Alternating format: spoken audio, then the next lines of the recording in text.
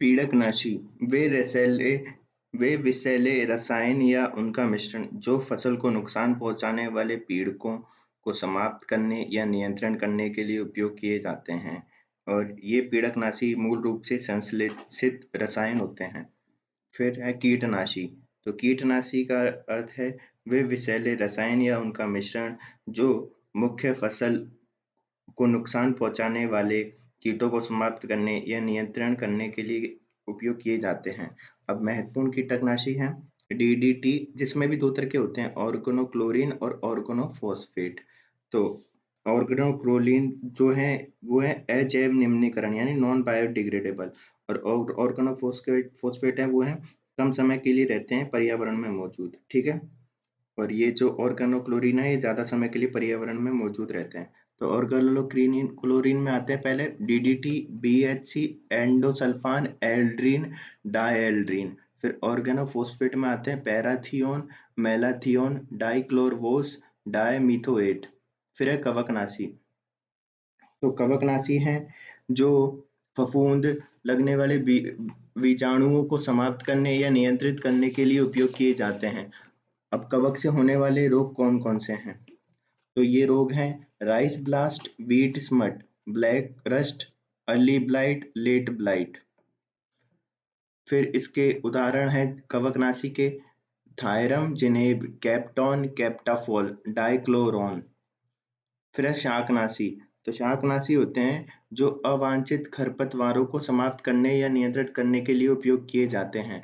इनके उदाहरण है 2,4-D, 2,4,5-T। फिर एट्राजीन, सीमाजीन, एलाक्लोर, ब्यूटाक्लोर। फिर उर्वरक क्या होते हैं जो फसल की उत्पादकता, फिर मृदा की जल धारण क्षमता, मृदा की उर्वरकता और स्वास्थ्य पौधे उत्पन्न करने में मदद करते हैं। ये पहले होते हैं अकार्बनिक प्रकार के उर्वरक जो औद्योगिक स्तर पे रसायन द्वारा बनाए जाते हैं। तो इनमें पहले आते हैं नाइट्रोजन। नाइट्रोजन के कौन कौन से होते हैं? तो urea, ammonium nitrate, ammonium sulphate, calcium nitrate, calcium cyanamide. फिर है फोस्फोटिक। तो फोस्फेटिक में आते हैं जैसे RTS, rock phosphate, triple super phosphate, super phosphate of lime. फिर है पोटाश। तो पोटाश क्या है? Potassium nitrate, potassium sulphate, potassium chloride, NaC। फिर है नाइट्रोजन और फॉस्फेट। तो इसमें आते हैं डीएपी। तो पहला आता है डाई अमोनियम फॉस्फेट, फिर है दूसरा अमोनियम फॉस्फेट सल्फेट। तो और उसके बाद है कैल्शियम सुपर फॉस्फेट और नाइट्रेट। अब आते हैं कार्बनिक उर्वरक। कार्बनिक उर्वरक से क्या समझते हैं? जो पौधों से और जानवरों से प्राप्त होते हैं। और इसमें अब ये नॉर्मली ये तो अपन सबको पता ही है। फिर इसके बाद अगला है बाइंडर्स। तो बाइंडर्स क्या करते हैं? बाइंडर्स टेबलेट बनाने के दौरान पाउडर सामग्री को चिपकाने के लिए उपयोग किए जाते हैं और ये रासायनिक रूप से स्थिर होते हैं। तो इसमें पहला आता है जिलेटिन, डेक्स्ट्रीन, पोवेडॉन। फिर आता है मिथाइल सेलुलोज, एथाइल सेलुलोज और सोडियम सेलुलोज। फिर है कृत्रिम मधुरक। तो मधुरक आ गए तो उसमें पहले कृत्रिम मधुरक जिसमें है सैक्रीन, सुक्रालोज, एस्पार्टम, एलिटेम और नियोटेम। सैक्रीन, सुक्रालोज, एस्पार्टम, एलिटेम और नियोटेम।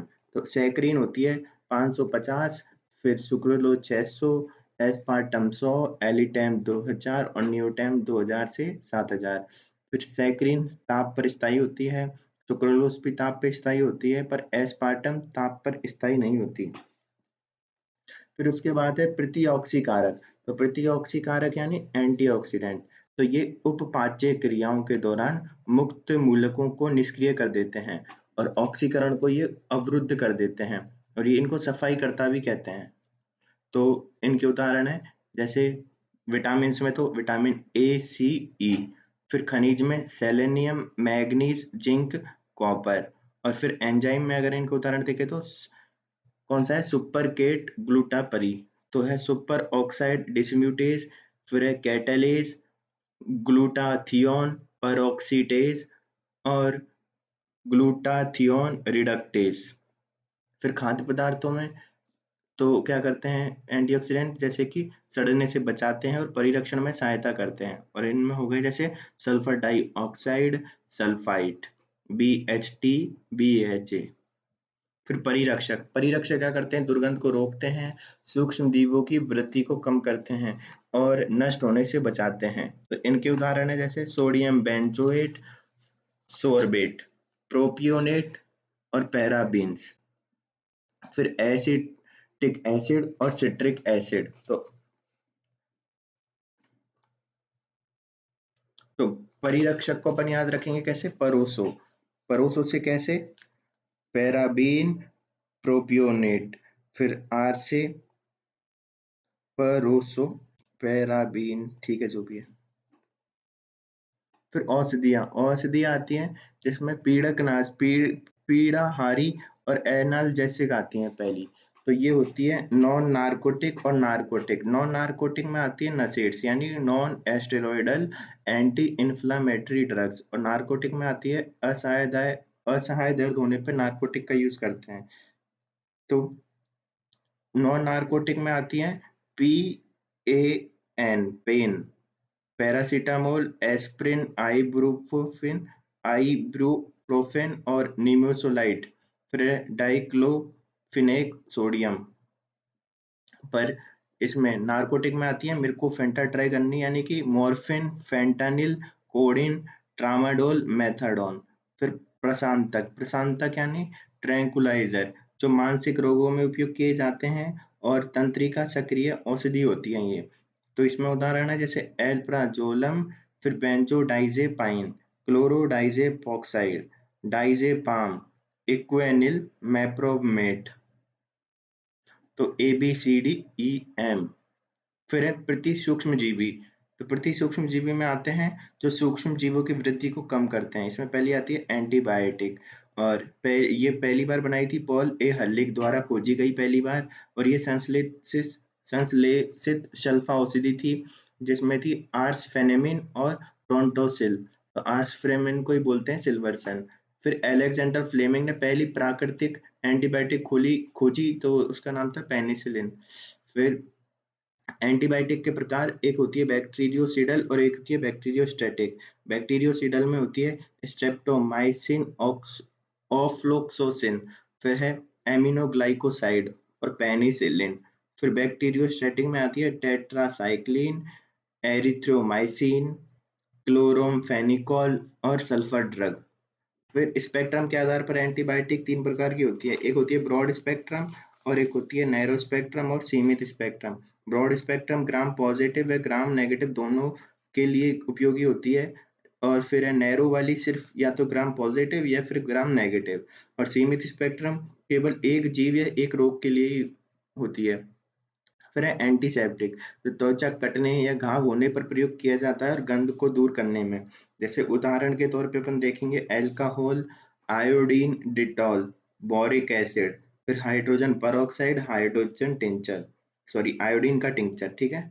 फिर है एंटीवायरल, एंटीवायरल में आती है रेमडेसिविर और असाइक्लोवीर। फिर है एंटीफंगल, एंटीफंगल में आती है एम्फिटेरोसिन बी और ग्रीसियोफुल्विन। फिर एंटी प्रोटोजोआ में आती है कुनेन और हाइड्रोक्सी क्लोरोक्विन। फिर एंटीवर्म में आती है एल्बेंडाजोल और मेबेंडाजोल। फिर एंटीहिस्टामिन, एंटीहिस्टामिन एलर्जी ड्रग्स होती हैं, एंटी एलर्जी ड्रग जिसमें आती है एबिल, फिर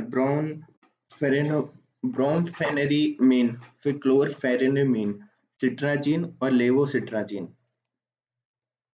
फिर है एंटी एसिड यानी प्रत्यामल, इसमें आती है जो दवाई है वो तो ओमोप्राजोल, सीमाटेडिन, और ओमोप्राजोल, लेंसोप्राजोल, सीमाटेडिन और रेनिटेडिन। और इसमें अगर कुछ और देखें तो magnesium hydroxide, magnesium carbonate, sodium bicarbonate, aluminium hydroxide gel, ठीक है। फिर आती है एंटी फर्टिलिटी ड्रग्स, तो इसमें आती है नॉर्थिंड्रोन और इथाइनाइल एस्ट्राडाइल। फिर है प्रमाणिक संरचना। तो ये तीन होते हैं, पहले इलेक्ट्रॉन, प्रोटॉन, न्यूट्रॉन। इलेक्ट्रॉन दिया था जे थॉमसन ने, प्रोटॉन दिया था गोल्डस्टीन ने, कब, 1886 में, और रदरफोर्ड ने 1919 में।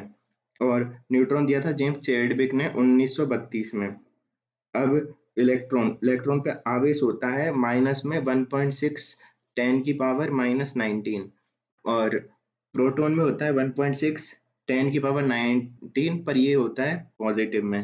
फिर द्रव्यमान, द्रव्यमान जो इलेक्ट्रॉन का होता है 9.1 10 की पावर -31, और प्रोटॉन में होता है 1.6 10 की पावर -27। तो ये उससे बहुत ज्यादा है, यानी कितना, 1837 गुना भारी है। और न्यूट्रॉन में भी सेम होता है, कितना, प्रोटॉन के जितना, 1.6 10 की पावर -27। अब ऋण आवेशित, तो ऋण आवेशित कण होते हैं कौन से, इलेक्ट्रॉन, और प्रोटॉन होते हैं धन आवेशित, और न्यूट्रॉन होते हैं आवेश रहित। अब उसके बाद देखते हैं अपन कौन सा, कैथोड रे एक्सपेरिमेंट। तो जे थॉमसन द्वारा किया गया। एनोड को जोड़ा गया पॉजिटिव से, कैथोड को जोड़ा गया नेगेटिव से। फिर इसमें एक फ्लोरोसेंस लेप किया गया और एक वेरी हाई वोल्टेज चालू किया गया। जब बैटरी चालू हुई तो कैथोड से किरणें निकली, और तो उनको कहा गया क्या, कैथोड रेज। फिर परमाणु संरचना के मॉडल आए, तो इसमें डाल्टन ने दिया पहला, परमाणु अविभाज्य है और अविनाशकारी कण है। फिर थॉमसन मॉडल दिया। थॉमसन प्रथम वैज्ञानिक थे जिन्होंने परमाणु संरचना का मॉडल दिया, और इन्होंने क्रिसमस पुडिंग मॉडल कहा जाता है इनके मॉडल को। तो इन्होंने कहा परमाणु धनावेशित गोला है और इलेक्ट्रॉन इसमें धसे रहते हैं, और ऋणात्मक और धनात्मक आवेश के परिणाम में समान होते हैं, अतः वैद्युत रूप से ये उदासीन होता है। फिर आया रदरफोर्ड। रदरफोर्ड ने दिया अपना मॉडल, जिसमें उसने कहा, उसने एक सोने की पतली चादर का उपयोग किया और उस पर अल्फा किरणें की बौछार की।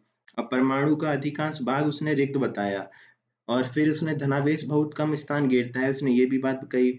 और 2000 में से एक कण वापस लौट आया, अर्थात संपूर्ण धनावेश एवं द्रव्यमान केंद्र में स्थित है। तो उसने ये बात बोल दी।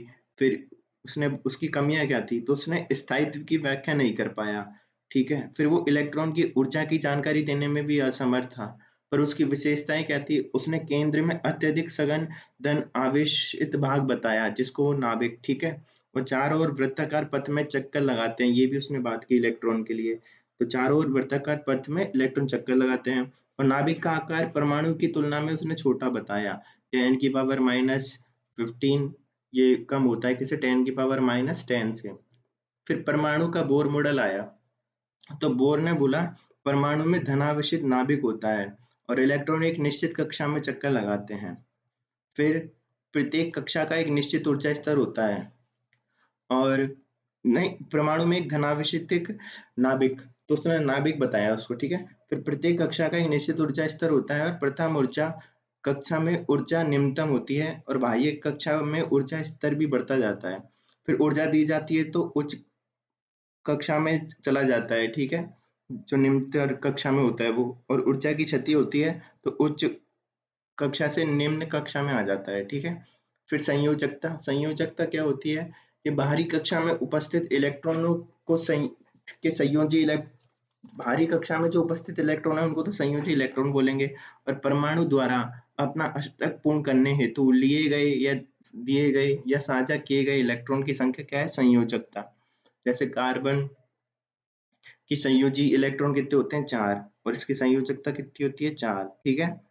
फिर नियोन है, नियोन के कितने होते हैं इलेक्ट्रॉन, 8, ठीक है, संयोजी। और इसकी संयोजकता कितनी होती है, 0, क्योंकि इसके पास कुछ भी नहीं है देने के लिए और लेने के लिए, ठीक है। अब परमाणु क्रमांक, परमाणु क्रमांक क्या होता है, नाभिक में उपस्थित प्रोटॉनों की संख्या।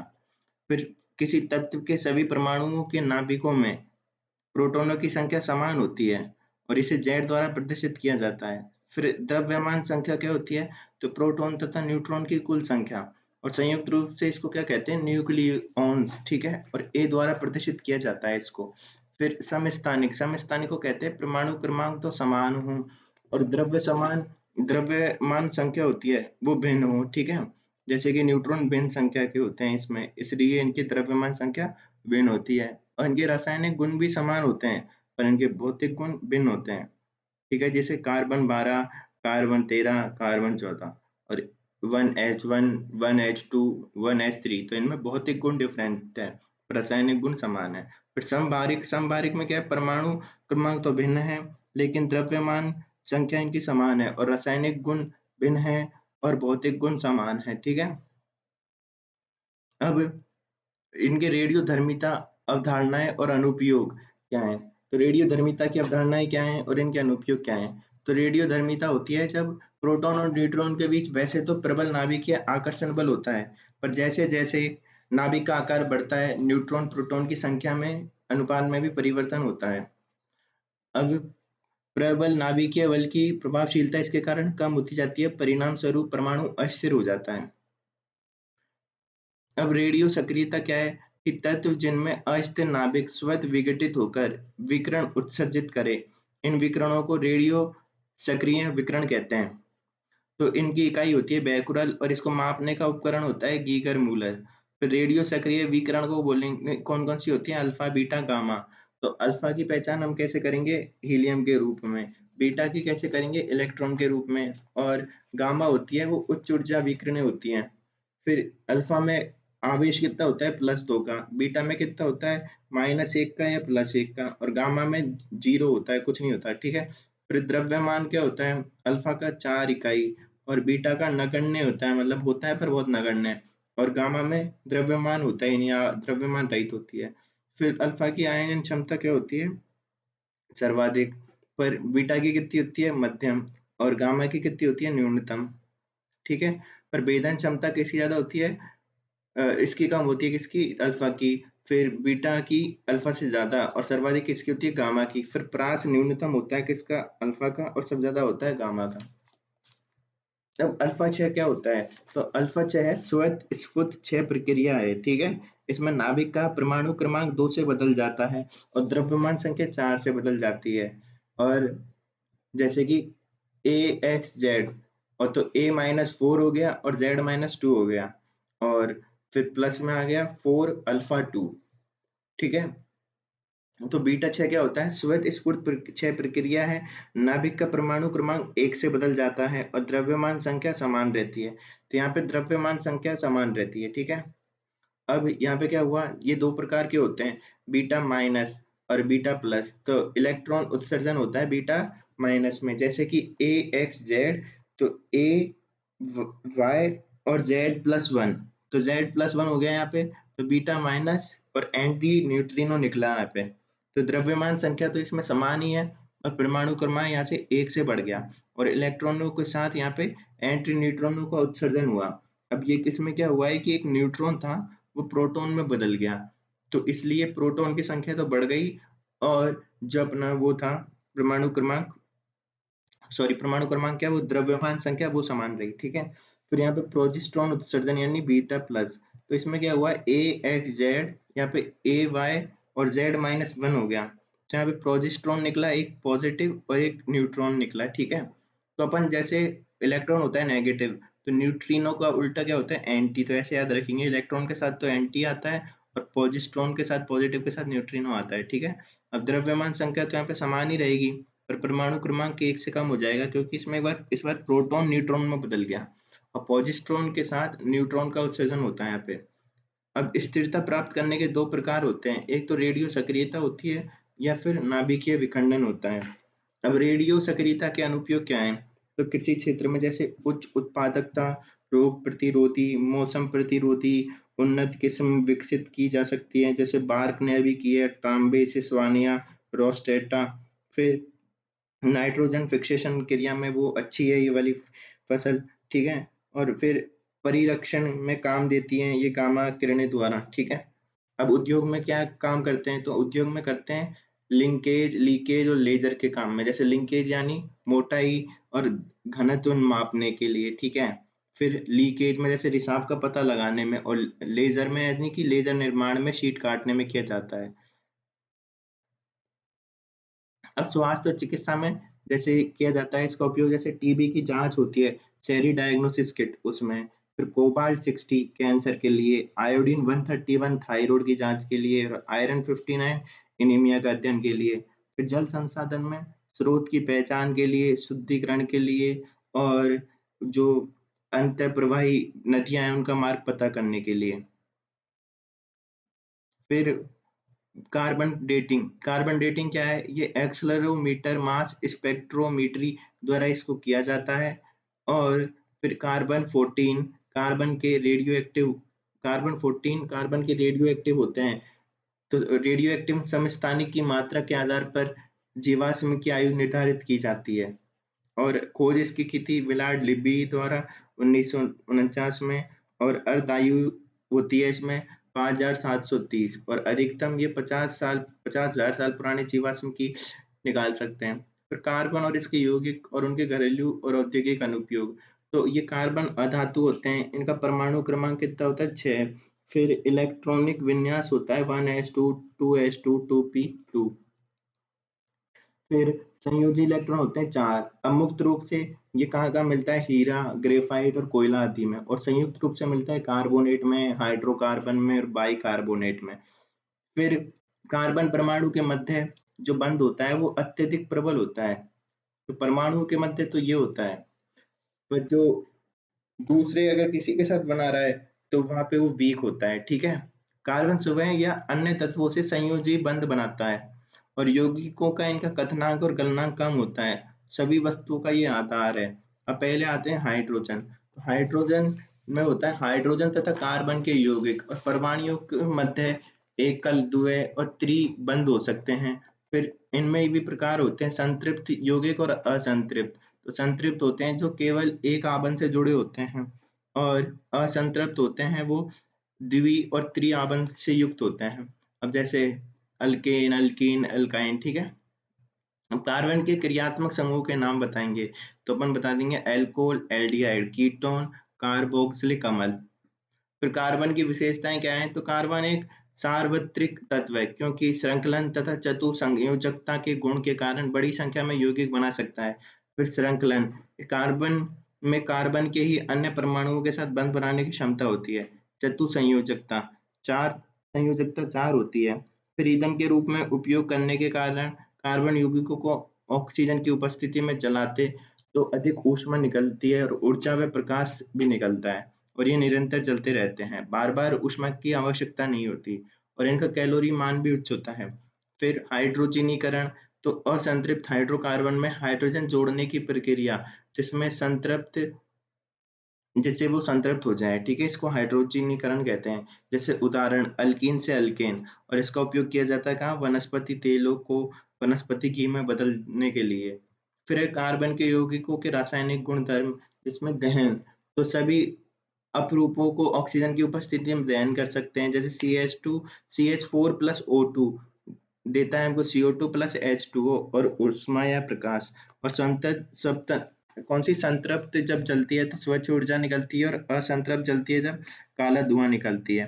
फिर होता है ऑक्सीकरण, यानी कि दहन के द्वारा सरलता से ऑक्सीकृत किया जा सकता है। जैसे CH3CH2OH और KMnO4 में हमने फिर इसको बदल दिया CH3COOH।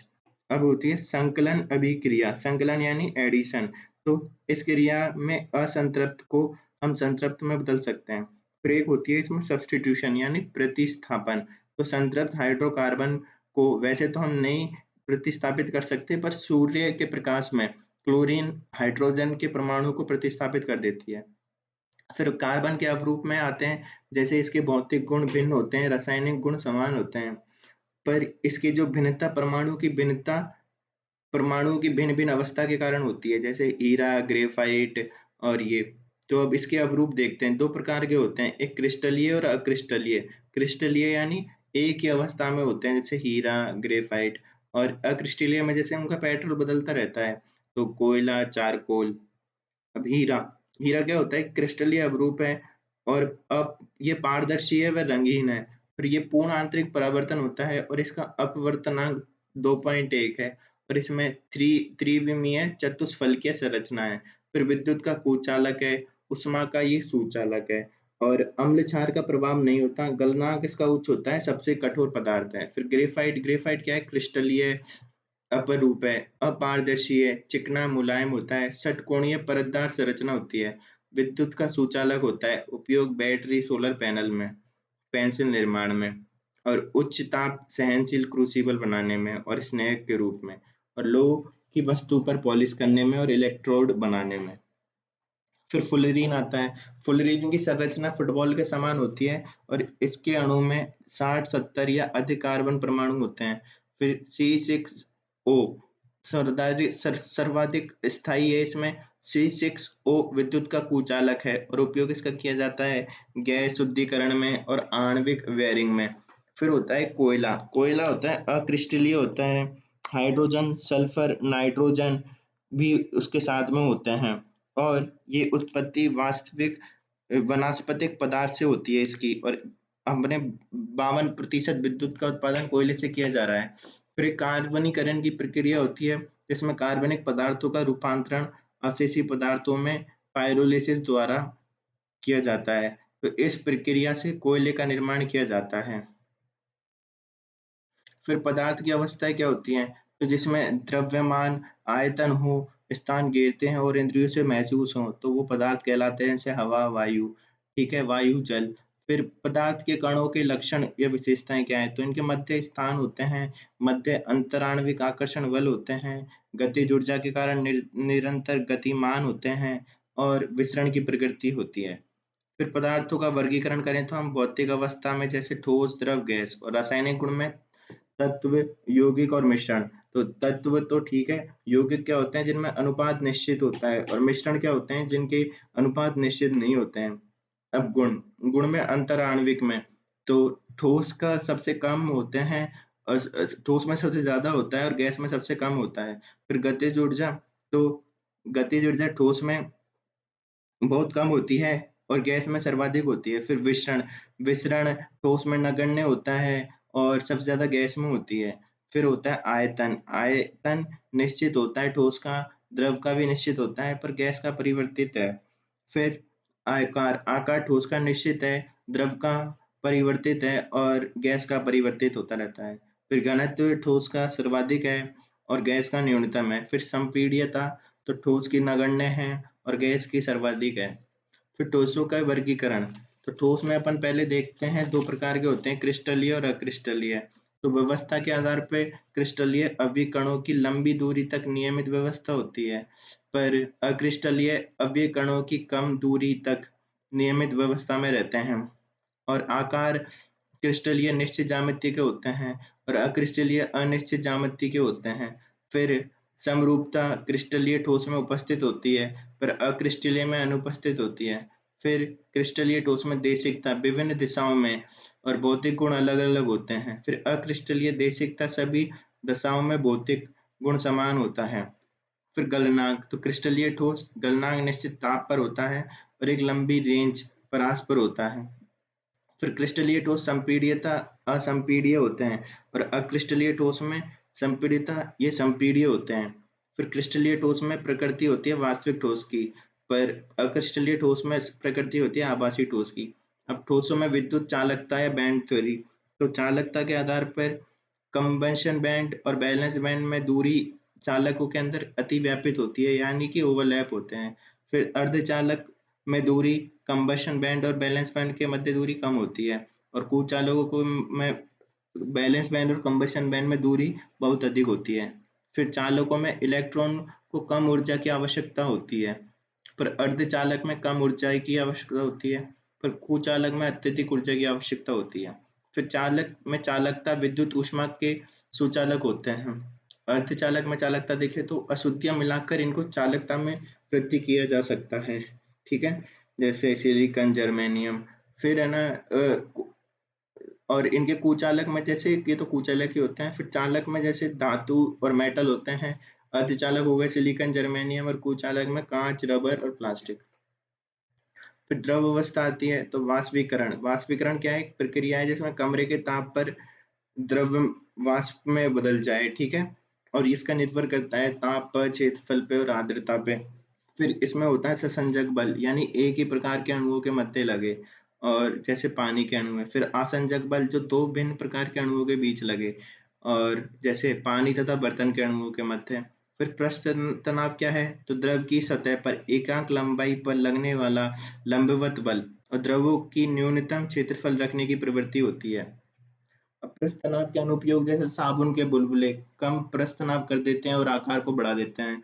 फिर साबुन एवं डिटर्जेंट जल में घोलने पर जल का पृष्ठ तनाव कम कर देते हैं और गंदगी वस्त्रों से निकल जाती है। फिर टूथपेस्ट के झाग का प्रस्तानाप कम होता है जिससे क्षेत्रफल बढ़ जाता है। फिर डिटॉल आदि का प्रस्तानाप कम होता है। और गर्म सूप का स्वादिष्ट क्यों होता है कि प्रस्तानाप कम होता है और हमारी जो स्वाद की इंद्रियां होती हैं उनमें फैल जाता है। फिर केशिकत्व है केश नली में द्रव का स्वच्छ ऊपर चढ़ना या नीचे उतरना केशिकत्व कहलाता है।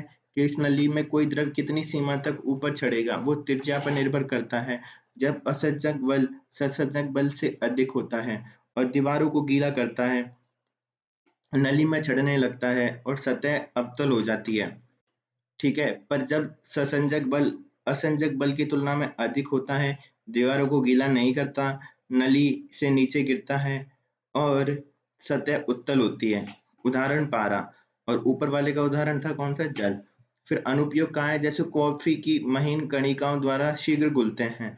ब्लॉटिंग पेपर स्याही को सोखता है। और किसान बारिश होने पर जोत देता है खेत को क्योंकि पानी ऊपर ना आए जिससे। फिर लालटेन में तेल बत्ती में छड़ जाता है। अब संयंता क्या होती है, संयंता यानी विस्कोसिटी, अब जो भी है पता नहीं क्या होती है। तो द्रव गैस की क्रमागत परतों के बीच उनके सापेक्षिक गति का विरोध करने वाले घर्षण बल को कहते हैं संयंता। और द्रव जितने गाढ़े संयंता उतनी अधिक। अब गैस अवस्था का एक गति सिद्धांत होता है, मतलब अंतर आणविक आकर्षण बल इनमें नगण्य होता है और स्वच्छंद गति से ये मूव करती हैं। फिर विसरण की प्रवृत्ति प्रबल होती है और इनमें गुरुत्वाकर्षण प्रभाव नगण्य होता है। गतिज ऊर्जा की हानि नहीं होती इनमें और ये सीधी रेखा में गति करती हैं। फिर गैसों के नियम है बॉयल का नियम जिसमें P is inversely proportional to V, Charles का नियम P is directly proportional to T, और गैलूसेक का नियम है जिसमें P is directly proportional to T। और फिर एवोगैड्रो का नियम है जिसमें V is proportional to N। अब डेल्टन के आंशिक दाब का नियम क्या कहता है, तो अनन्य क्रियाविहीन गैसों के मिश्रण का कुल दाब प्रत्येक गैस के आंशिक दाब के योग के बराबर होता है। फिर गैसों का द्रवीकरण, तो दाब में वृद्धि करने पर एक निश्चित मात्रा तक दाब की अपेक्षा ताप का योगदान ज्यादा होता है। फिर उच्च दाब व निम्न ताप पर संभव है। क्रांतिक ताप क्या होता है, ताप जिससे अधिक ताप पर गैस को द्रवित नहीं किया जा सकता चाहे दाब कितना भी बढ़ा दिया जाए। और एक क्रांतिक दाब होता है वह न्यूनतम दाब जिस पर गैस द्रवित हो जाती है। फिर है जूल थॉमसन प्रभाव, तो गैस को उच्च दाब से निम्न दाब की ओर सरंध्र डार्ट द्वारा प्रसारित करते हैं तो तब ताप में कमी आती है और इससे शीतलन का प्रभाव उत्पन्न होता है। एयर कंडीशन में इसी सिद्धांत का उपयोग किया जाता है।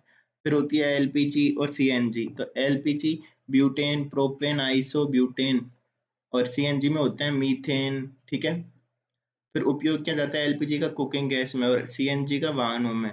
फिर एलपीजी की क्लोरीफिक वैल्यू अधिक होती है और सीएनजी एक पर्यावरण हितैषी होता है।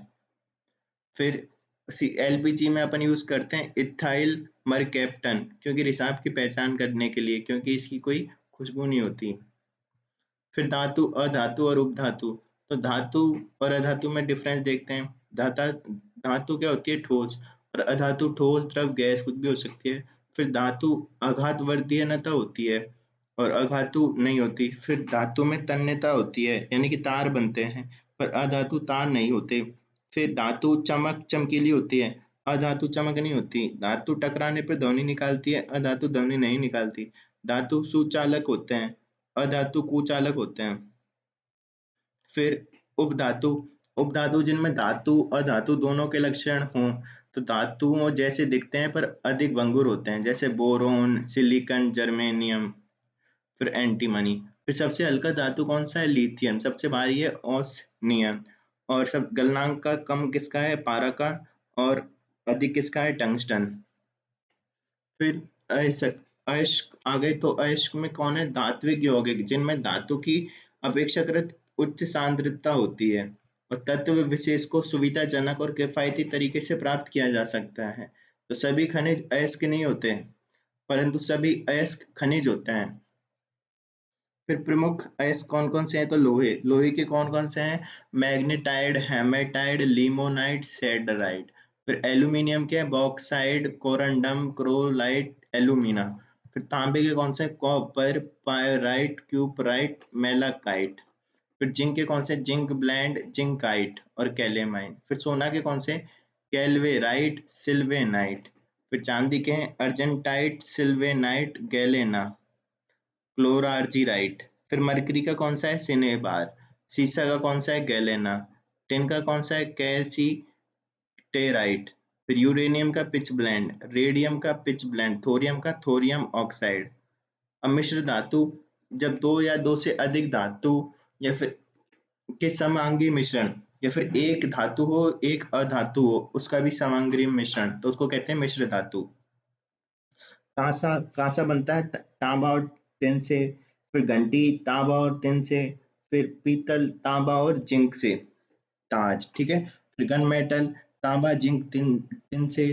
फिर जर्मन सिल्वर, जिंक, निकल, तांबा से। मुद्रा धातु, जिंक, निकल, तांबा से। स्टील लोहा और कार्बन से। स्टेनलेस स्टील, स्टील, निकल, क्रोमियम से।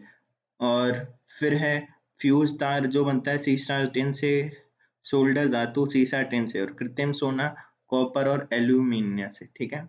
फिर है एल निको, एल निको बनती है लोहा, एल्यूमिनियम, निकल, कोबाल्ट से। नाइक्रोम बनता है लोहा, निकल, क्रोमियम से। फिर है मैग्नीलियम, तो ये बनता है किससे, एल्यूमिनियम और मैग्नीशियम से। फिर धातु कर्म सिद्धांत एवं विधियां। तो धातु कर्म क्या है, ऐसे अयस्क से धातु को शुद्ध रूप में प्राप्त करने की प्रक्रिया। और धातु शोधन तथा मिश्र धातु का उत्पादन शामिल है। फिर गैंग क्या होता है, अयस्क में मौजूद अशुद्धियां। फ्लक्स क्या होता है, फ्लक्स है गैंग को हटाने के लिए भट्टी में डाला गया पदार्थ, ठीक है। फिर प्रमुख चरण क्या होते हैं, तो होता है पहले पीसना, ठीक है, अयस्क को बारीक पाउडर में पीसना। फिर सांद्रण, तो है अयस्क को गैंग से हटाना, अयस्क से गैस गैंग को हटाना। फिर धात्विक ऑक्साइड में परिवर्तित करना। फिर धात्विक ऑक्साइड का अपचयन करना और धातु को शुद्धिकरण करना। फिर भौतिक विधियां जैसे हाथ से चुनना, जिसमें पहला है हाइड्रोक्लोरिक विधि। तो गुरुत्वाकर्षण पृथक्करण, जब अयस्क गैंग से भारी हो तो अयस्क पाउडर को हाइड्रोलिक क्लासिफायर में पानी के साथ प्रवाहित किया जाता है। भारी अयस्क के कण नीचे बैठ जाते हैं, अशुद्धियां घुल जाती है। उदाहरण सीसा, टिन, लोहा आदि। तो पानी के साथ अपन निकाले, अयस्क रह गया और अशुद्धियां नीचे आ गई, हाइड्रोलिक क्लासिफायर। फिर है कौन सा, चुंबकीय पृथक्करण। तो चुंबकीय रोलर है, और फिर अचुंबकीय पदार्थ तो इधर गिर गए, चुंबकीय यहाँ पे गिर गए। फिर जब अयस्क या अशुद्धियां प्रकृति में चुंबकीय हों, अयस्क को एक चुंबकीय रोलर के ऊपर घुमाते हुए कन्वेयर बेल्ट द्वारा ले जाया जाता है। चुंबकीय रोलर चुंबकीय कणों को आकर्षित करता है और गैर चुंबकीय कणों को अलग करता है। फिर झाग प्लवनशीलता, तो ये कौन से के लिए होते हैं, सल्फाइड अयस्कों के लिए। तो अयस्क को पीसकर चीड़ के तेल तथा डिटर्जेंट के साथ मिलाया जाता है। संपीड़ित हवा की एक धारा एक पाइप से गुजारी जाती है जो झाग पैदा करती है। फिर चीड़ का तेल सल्फाइड अयस्क के कणों को गीला और लेपित करता है, जिसके हल्के झाग के साथ ऊपर उठते हैं। गैंग के भारी कण पानी में नीचे डूब जाते हैं। सल्फाइड अयस्क युक्त झाग को अलग कर धोया और सुखाया जाता है। फिर संपीड़ित हवा दी जाती है और झाग को सल्फाइड अयस्क और अयस्क युक्त, ये अपना डायग्राम बना देंगे। अब फिर एक रासायनिक, रासायनिक में अपन बताएंगे लीचिंग। तो अयस्क पाउडर को विलायक के साथ घोलने पर अयस्क घुल जाते हैं, अवांछित अशुद्धियां नहीं घुलती। अघुलनशील अशुद्धियों को छानकर हटा दिया जाता है। उदाहरण बॉक्साइड को सोडियम हाइड्रोक्साइड के जलीय घोल से उपचार। फिर अयस्क को धात्विक ऑक्साइड में बदलना, तो इसमें होता है रोस्टिंग, कैल्सिनेशन। तो रोस्टिंग जैसे भ्रजन हो गया, और कैल्सिनेशन में निस्तापन। तो सल्फाइड एसिड के लिए होता है ये। तो वायु की उपस्थिति में अधिक ताप पर एसिड को गर्म धात्विक ऑक्साइड का निर्माण किया जाता है, ZnSO2, तो ZnO प्लस SO2, और इससे वाष्पशील अशुद्धियां दूर हो जाती है। फिर कैल्सिनेशन में कार्बोनेट एसिड के लिए होता है, और इसमें वायु की अनुपस्थिति में इसको करते हैं। तो इसमें एसिड को गर्म करने से धात्विक ऑक्साइड का निर्माण होता है, जैसे ZnCO3 और ZnO प्लस CO2। वाष्पशील अशुद्धियां दूर रहती हैं। फिर धात्विक ऑक्साइड का अपचयन करते हैं हम, तो यह ऑक्सीजन हटाने की प्रक्रिया है। अपचयी कारक कोक और कार्बन मोनोऑक्साइड हाइड्रोजन होते हैं इसमें। फिर CuO से बन गया Cu प्लस CO। और रिफाइनिंग या शुद्धिकरण में क्या होता है, अशुद्ध धातु को एनोड और शुद्ध धातु की पतली परत को कैथोड। फिर धातु के नमक का घोल इलेक्ट्रोलाइट के रूप में उपयोग किया जाता है। फिर इलेक्ट्रोलाइट के माध्यम से करंट प्रवाहित करने पर एनोड से अशुद्ध धातु इलेक्ट्रोलाइट में घुल जाती है और अघुलनीय अशुद्धियां एनोड के नीचे जमा हो जाती हैं तथा उसको एनोड पंख कहलाती हैं और शुद्ध धातु कैथोड पर जमा हो जाती है। तो ये हमने देख लिया, ये ऐसे होता है इसका डायग्राम।